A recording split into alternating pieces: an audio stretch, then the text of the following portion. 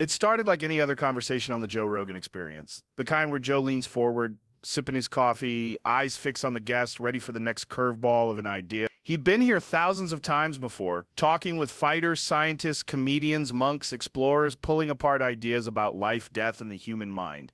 But that day felt different. The guest wasn't a household name to most of Joe's audience. He wasn't a UFC fighter, a best-selling author, or a Silicon Valley billionaire. He was a man with a calm presence, a soft voice, and a quiet conviction in the way he spoke. He wasn't there to sell anything, only to share something. They were talking about human purpose, about why we're here, when Joe asked the kind of blunt, direct question that has made his podcast famous. All right, but what's the ultimate point? Like, if you could sum it up, what's the big picture here? The man paused. He didn't rush. He looked at Joe in that steady way that makes silence feel heavier than words. And then he said something Joe wasn't expecting. He began reciting a verse from the Quran, not in English, not yet. First in Arabic, a rhythmic, almost hypnotic sound, like it had been spoken this way for over 1,000 years, because it had. Joe sat there, listening, not understanding the words, but feeling something in the cadence, the way it seemed to pull the room into a slower heartbeat. When the man finished, he smiled gently and translated, "We have not sent you, O Muhammad, except as a mercy to the worlds." Joe leaned back. A mercy to the worlds? What does that even mean? And that's when the conversation shifted. The guest explained, in Islamic teaching, the Prophet Muhammad's role wasn't to dominate, to rule, or to force people into belief. It was to bring mercy, not just to one tribe, or one nation, or even just to humans, but to all worlds. To animals, to the environment, to those yet to be born. Mercy that wasn't limited by religion, race, or background. Joe blinked. That's wild, man. I've never heard it put like that before. You could almost hear the gears turning in his head. For someone like Joe, who spent years hearing ideas from every possible worldview, there was something about this one that struck differently. It wasn't just a spiritual command, it was an entire framework for how a person could live their life. And maybe that's why the room got quieter. The guest started giving examples. The prophet stopping his army so a mother bird could return to her chicks, instructing people not to overuse water, even when washing in a river, standing when a funeral procession passed by, regardless of the religion of the deceased, out of pure respect for life. Joe's eyebrows lifted. This isn't just some religious thing, then. This is like a principle for existing. The man nodded. Exactly. It's about being a source of compassion in everything you touch. Even if you don't get anything back. In that moment, you could tell Joe wasn't just hearing words, he was weighing them, thinking about the fighters who came into the octagon with hate in their hearts, versus those who fought with respect, thinking about the conversations with veterans who'd seen the worst of humanity, thinking about his own life and how often we miss the chance to simply be merciful, because we're too busy protecting our own pride. He chuckled softly and shook his head. You know, man, I've talked to philosophers, neuroscientists, survival experts, and it always comes back to the same thing. People want to feel like they matter. They want kindness. And here you're telling me there's a whole teaching that says the point is to bring mercy to everything. That's heavy. The guest smiled again. It's heavy, but it's also light. Because when you understand it, it frees you. You don't have to be in competition with everyone. You don't have to win all the time. You just have to make the world around you softer, kinder, even if just a little bit. Joe nodded slowly, glancing toward the studio cameras, like he was making sure the audience at home was hearing this too. You could tell in that exact moment, he wasn't thinking about the next joke or the next viral clip. He was just taking it in.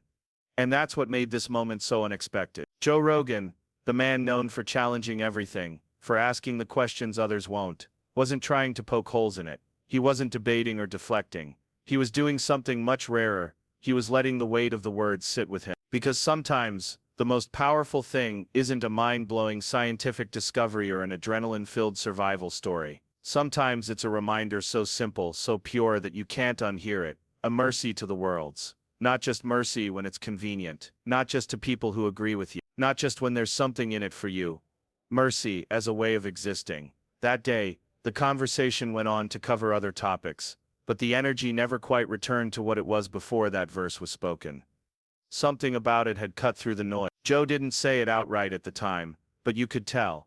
This wasn't going to be one of those podcast moments that fades after the cameras turn off. This was going to stick with him. Because in a world where everyone's shouting to be heard, sometimes the most revolutionary idea is simply to be kind. Not the soft, shallow kind that's just about manners, but the deep kind. The kind that protects, uplifts, and respects every living thing it touches. And for Joe Rogan, that wasn't just an interesting fact about Islam. It was something bigger. It was a challenge, one he wasn't expecting but one he couldn't ignore. Joe leaned in, curiosity painted across his face. He had just heard the words, "a mercy to the worlds," but now he wanted the meaning stripped down, explained in a way he could grasp without losing the depth. "All right," he said, almost like a coach breaking down fight footage. "Walk me through this. What's this actually saying? Because that sounds big." The guest nodded. "It is big. It's one of the most central concepts in Islam. The verse says that the Prophet Muhammad's very mission, his whole purpose, was to bring mercy to everything in existence. Not just mercy to Muslims, not just mercy to humans, to all of creation." Joe tilted his head, his eyes narrowing slightly in thought. "Wait, so when you say all of creation, you mean everything?" The man interrupted gently. "The people you agree with, the people you can't stand, the animals, the trees, the oceans, even the unseen worlds you and I can't imagine." Joe laughed in disbelief. "Man, that's intense. Because it's easy to be nice to someone you love. It's a whole different game to show mercy to someone who's trying to screw you over." The guest smiled. "Exactly, and that's the point. Mercy, in this teaching, isn't about being passive or weak. It's about being deliberate. Choosing compassion even when you have the power to do otherwise. Forgiving when you could punish. Helping when you could walk away. And that's when the narrator's voice, the one not in the studio but in the mind of every viewer, begins to fill in the picture. In the Quran, mercy isn't a side note, it's the heartbeat of the entire message. Over and over, God is described as Ar-Rahman and Ar-Rahim, the most compassionate, the most merciful. These aren't just attributes, they set the standard for how humans should treat each other and the world around them. Joe sat back in his chair, running his hands along the armrest. "You know," he said slowly, "this actually sounds kind of universal, like you could take that idea and drop it into Buddhism, or Stoicism, or even just modern ethics and it would still hold up." The guest nodded again. "That's why it's so powerful. Because even if you strip away the labels, the principle survives. Mercy is survival. Mercy is civilization. Without it we collapse into chaos and revenge." For Joe, this was the bridge, the point where an ancient teaching stopped feeling like a relic from a far-off desert, and started feeling like a blueprint for the modern world. The guest told him about moments in the Prophet's life that embodied this principle, moments that if you only saw them in a Hollywood script, you might think were too idealistic to be real. Like the time when a man who had tried to kill him was captured. Instead of ordering his execution, the logical move in a time of constant tribal warfare, the Prophet set him free, with nothing more than an invitation to think about his choices. That man later became one of his closest companions. Or the time when his enemies dumped the waste of their animals in front of his door every morning. And one day, when it didn't happen, he went to check on the person responsible, only to find they were sick. He brought them food and wished them health. Joe exhaled, shaking his head. That's not normal, man. Most people would be looking for payback." "Exactly," the guest replied, "and that's why it stands out. Mercy is easy to preach, but hard to practice. That's why it has to be the foundation. Otherwise it collapses under human ego." The conversation slowed. Joe wasn't in a rush anymore. He was circling the idea in his mind, testing it against his own experiences. Cage fights, comedy clubs, survival trips, hours-long conversations with philosophers. "You know," Joe said finally, "we talk about being strong, we talk about being tough, but this is a different kind of strength. Like this is a discipline. You can't fake it." The guest smiled again. "Yes, it's a and the teaching says that the more you choose it, the more you start to reflect something higher than yourself. That's when life stops being just about survival, and starts being about meaning."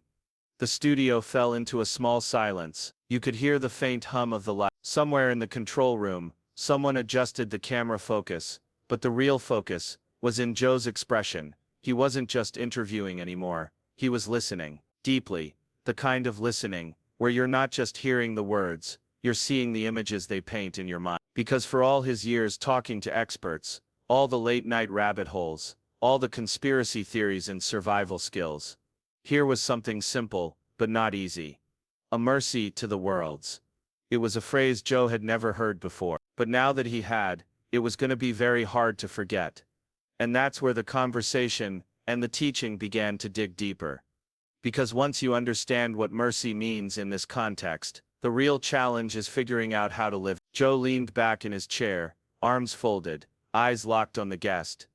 Okay, but how do you actually do that? He asked. Because mercy sounds great in theory, but in the real world, people are selfish, they're aggressive, they'll take advantage of you if you let them. The guest nodded slowly. That's why the Quran never says mercy is easy. It says it's rewarding. It says it's the path that aligns you with God's will. But yes, it's work. Just like physical discipline, just like mental discipline. You don't develop it overnight. This is where the narrator steps in, guiding the audience through the bridge between an ancient Islamic teaching and the modern skeptical, results-driven mind. In the West, mercy is often seen as an emotion, a flash of sympathy in a moment of weakness. But in the Quran, mercy is a principle. It's deliberate, strategic, and grounded in strength.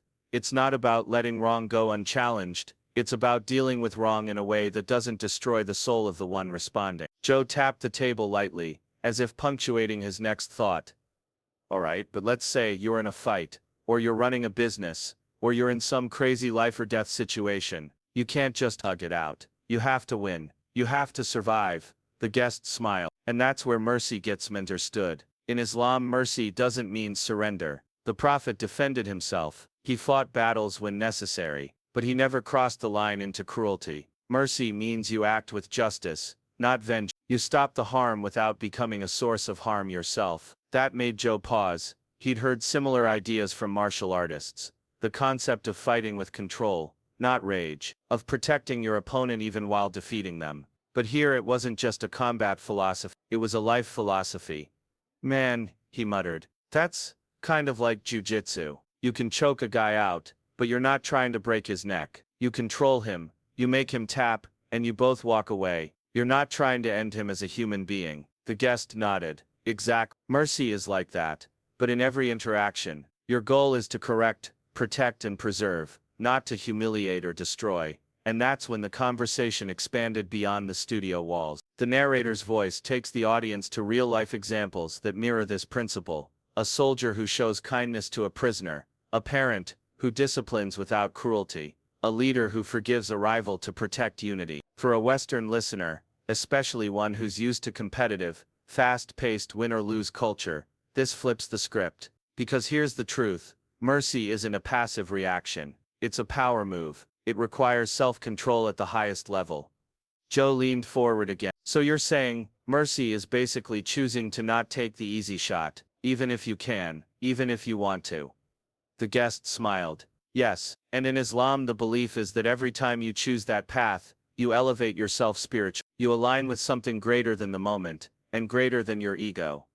The studio went quiet again. You could tell Joe was picturing moments in his own life, maybe in the octagon, maybe off camera, where he'd chosen to let something go. Times when walking away had felt harder than striking back. And here was this Islamic teaching, telling him that those moments weren't weakness, they were strength.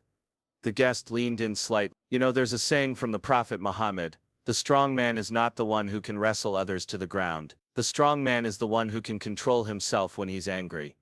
Joe raised his eyebrows. That's straight up wisdom. That could be on a poster in any gym. They both laughed, but you could feel the weight in the air. Because in a culture that glorifies domination, revenge and being number one, here was a teaching that redefined strength as the ability to choose compassion, without losing your backbone. And for the audience watching, the question was starting to form in their own minds. If mercy really is strength, what would it look like if we built our lives around it? Joe didn't say it yet, but you could see it in his eyes. This wasn't just a philosophical thought experiment anymore. This was personal. The guest sat back. Mercy is what holds communities together. It's what turns enemies into allies. It's what makes power safe. Without it, power becomes abuse. And without mercy, justice turns into revenge. Joe nodded slowly, almost to himself. That's deep. And it makes me think, maybe this isn't just about religion. Maybe this is about how we survive as a species. And that's exactly where the conversation was headed next, into the emotional core of the message. Because if mercy is the what and the how, the real question is why. The studio felt heavier now, not because the conversation had turned dark, but because it had turned real. This wasn't abstract anymore. This was about the moments in life, when mercy is the hardest thing in the world to give. Joe tilted his head slightly. So let me ask you, what's the real payoff here? Like, I get it's good to be merciful, but what's the bigger picture? Why is this the thing? Why not justice, or strength, or survival? The guest's eyes softened, because without mercy, justice becomes cruelty, strength becomes oppression, survival becomes selfishness. Mercy keeps the heart alive. There was a pause. You could see Joe was letting that sink in. The narrator's voice takes over, pulling the audience deeper. In Islamic tradition, mercy is not weakness. It's the highest form of love and strength combined. It's why one of God's most repeated names in the Quran is Ar-Rahman, the most compassionate. It's why every chapter of the Quran, except one, begins with "in the name of God, the most compassionate, the most merciful." Mercy is the filter through which every other action is supposed to pass. It's what stops justice from becoming revenge. It's what turns punishment into reform. It's what makes power safe for those under it. Joe tapped his finger on the table, a slow, thoughtful rhythm. I've met people, man. People who've been through hell, abuse, prison, war, and the ones who came out okay. A lot of them talk about somebody showing them mercy at the right time. Like just one person who didn't crush them when they could have. The guest nodded. And that's exactly it. Mercy has a ripple effect you can't measure. You forgive one person, and they forgive someone else. You protect one life, and that life touches 100 others. In Islam, it's believed that even the smallest act of mercy, giving water to a thirsty animal, is recorded by God and rewarded. Joe let out a short laugh, shaking his head. Man, it's kind of crazy, because in the world we live in right now, everyone's quick to cancel each other, to destroy someone's career or reputation over a mistake. Mercy isn't fashionable. The guest leaned forward. Which is why it's even more neat. Mercy isn't popular because it forces you to let go of your ego. It asks you to see the humanity in someone who doesn't deserve it. And that's hard, but it's also what changes the world. The narrator draws the audience closer. Mercy in Islam isn't limited to forgiveness after an offense. It's in the way you treat the elderly, the way you speak to your parents, the way you give to someone in need, without making them feel small. It's in refraining from gossip, protecting someone's dignity even when they're not there to defend themselves. It's in smiling at a stranger, because even that is considered a form of charity. Joe's voice broke the silence again. You know, I've had Navy SEALs on here, hardcore guys, and a lot of them tell me the same thing, that compassion, empathy, mercy, that's what makes you effective. Because if you lose that, you lose your humanity. You're just a machine. The guest nodded. That's why the prophet said, "The merciful will be shown mercy by the most merciful. Be merciful to those on earth, and the one above the heavens will be merciful to you." Joe's eyes flickered, that kind of look he gets when something lands harder than he expected. That's beautiful, man. That's universal. And here's where the emotion cuts deepest. Because when you strip away the politics, the misunderstandings, the stereotypes, the idea is so simple that it disarms you. What if your worth wasn't measured by how much you won, how much you owned, or how much you dominated, but by how much mercy you gave? What if the greatest legacy you could leave wasn't your achievements, but the people whose pain you lessened? For Joe, that question wasn't just theoretical anymore. It was personal. He thought about the guests who had come on his show, with stories of transformation, ex-convicts who turned their lives around because someone saw more in them than their worst mistake. Addicts who got clean because a friend refused to give up on them. Veterans who found peace because someone took the time to understand their trauma. All of it was mercy in action. And as the conversation edged toward its final moments, the guest said something that would stay with Joe long after the camera stopped rolling. When you leave this world, people won't remember every argument you won, but they will remember how you made them feel. Mercy is the proof you understood what life was about. Joe didn't argue. He didn't joke. He just nodded slowly, deliberately, as if that was the only honest response, because some truths don't need to be debated. They just need to be lived. And in the next breath, the conversation would move toward its final reflection, the question that would challenge not only Joe, but everyone listening. After everything said and heard, Joe sat back, the weight of the conversation settling in the room like a slow, steady pulse. He glanced at the guest, the man who had shared a teaching ancient yet shockingly relevant, and then out at the camera, as if speaking directly to the millions listening. You know, Joe began, his voice quieter now, softer but no less intense. I've been around a lot of ideas, seen a lot of philosophies, wrestled with a lot of beliefs, but this idea of mercy, a mercy to the worlds, that stuck with me more than most. He paused as if searching for the words to say what he really felt, but hadn't yet said. It's not about religion, or doctrine, or even politics. It's about what kind of people we want to be, how we treat others when no one's watching, how we act when we don't have to be kind. The guest nodded, quietly. Joe continued, I think the world's craving that kind of strength right now. Not the kind that breaks people down, but the kind that builds them up. The kind that forgives, even when it hurts. The kind that chooses compassion over anger. The narrator's voice now guides the audience inward, deep into reflection. Imagine what would happen if everyone took that teaching to heart. If the fight for survival became a fight for mercy. If we measured success not by what we conquered, but by what we protect. If every action, big or small, was touched by a kindness so radical it changed lives. Joe's tone grew firmer, challenging. So here's the thing. This isn't easy. It's not some feel-good slogan you put on a t-shirt. It's a challenge, a real one.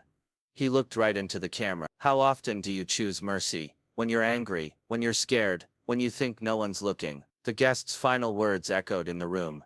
Mercy is the truest sign of strength, the mark of those who understand that life isn't just about existing, it's about how you exist. Joe's voice softened again, but the fire was still there. This teaching, it made me rethink a lot, made me wonder if maybe the real battle isn't out there, in the cage or in the world, but inside each of us, the battle to be better, to be kinder, to be merciful. The screen would fade slowly as the narrator closes. In a time when the world feels divided, angry and uncertain, this ancient wisdom offers a path, one not of domination or fear but of mercy. A mercy that can heal wounds, bridge gaps, and remind us all that beneath the surface, we share one simple truth. We all need kindness to survive. So ask yourself today, how will you show mercy? To your neighbor, to your enemy, to your... Because in that choice lies the power to change not just your world, but the world. And with that the conversation lingers, not as an echo in the past, but as a call to action, a challenge and a gift, waiting to be answered.